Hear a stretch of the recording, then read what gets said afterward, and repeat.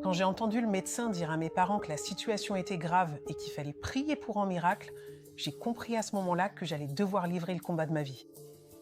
Cela faisait 3 jours que Latonia Faison avait été diagnostiquée avec un zona. À présent, cette femme de 45 ans se retrouvait alitée à l'hôpital, souffrant d'une insuffisance rénale et d'une défaillance hépatique aiguë. Sans greffe, elle mourrait. Mais trouver un donneur à temps n'allait pas être facile. Le directeur médical exécutif de l'hôpital de l'Université de Caroline du Nord à Chapel Hill, le docteur Chirag Desai, explique. Des milliers de patients figurent sur la liste d'attente et seulement 50% finissent généralement par recevoir une greffe de foie, en général dans l'année.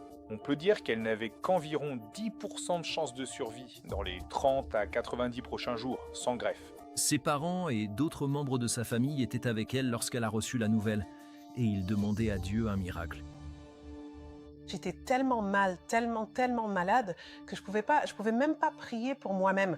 Alors je suppose que c'est là que Dieu est intervenu, a regardé dans mon cœur et a su que j'avais besoin d'aide. J'avais besoin de prière.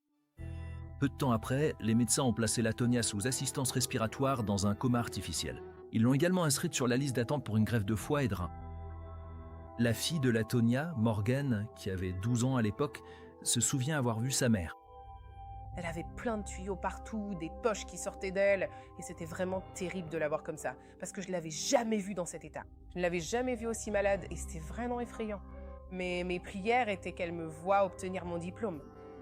Après 20 jours, Latonia a été sortie du coma sans aucune amélioration. À ce moment-là, 80% de la fonction de ses reins était perdue, et elle a été placée sous dialyse 3 fois par semaine. Les 2 organes est en train de lâcher, le foie et le rein. Et généralement, cela arrive quand le patient fait une insuffisance hépatique aiguë. Alors d'autres systèmes du corps commencent aussi à réagir. Puis la situation a empiré. Latonia a développé une septicémie. Elle avait des hémorragies et du liquide dans les 2 poumons. Puis un jour, elle a fait un arrêt cardiaque. Même dans son état comateux, Latonia se souvient. Les moniteurs se sont mis à sonner frénétiquement. Je pouvais me sentir sortir de mon corps, flotter au-dessus de mon corps et regarder mon corps allongé sur le lit d'hôpital. J'ai entendu ma mère dire « Oh mon Dieu, non, Tonia, s'il te plaît, ne pars pas, ne pars pas !» Et je me souviens d'avoir été dans un endroit d'une beauté incroyable. Et la paix qui m'entourait dépassait tout ce que j'aurais pu connaître ici sur Terre. Et je n'avais aucune inquiétude, je n'avais aucun souci. Je ressentais simplement un amour débordant.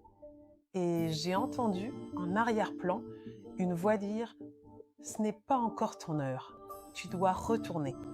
Et à ce moment-là, j'ai réintégré mon corps. Puis, un battement de cœur. Beaucoup de patients ne survivent pas à SCOD, surtout lorsqu'ils souffrent d'autres maladies. C'est donc un miracle qu'elle s'en soit sortie après SCOD.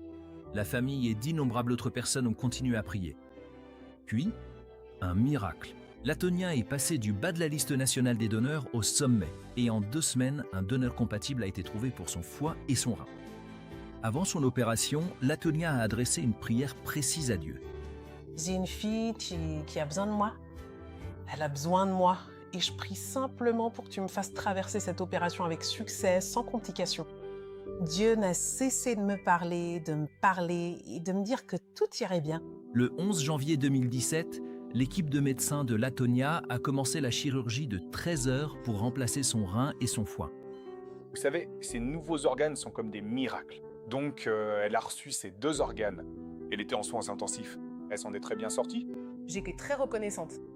Croyez-moi, j'avais envie de courir vers elle, de lui sauter dessus et lui faire un câlin. Mais quand elle est sortie, elle était très faible. Mais j'étais très reconnaissante. Après 4 semaines de rééducation, comprenant des médicaments anti-rejet et une dialyse continue, le rein et le foie de Latonia fonctionnaient comme prévu. Elle est sortie de l'hôpital le 8 février 2017, le jour de ses 46 ans. Le seul danger maintenant était de savoir si son corps allait rejeter ses nouveaux organes. Ma prière à Dieu était que mes organes ne soient pas rejetés, que mon corps, vous savez, n'allait pas rejeter ses organes, et que Dieu me garde en bonne santé, pour que je puisse au moins voir ma fille obtenir son diplôme de lycée et partir à l'université.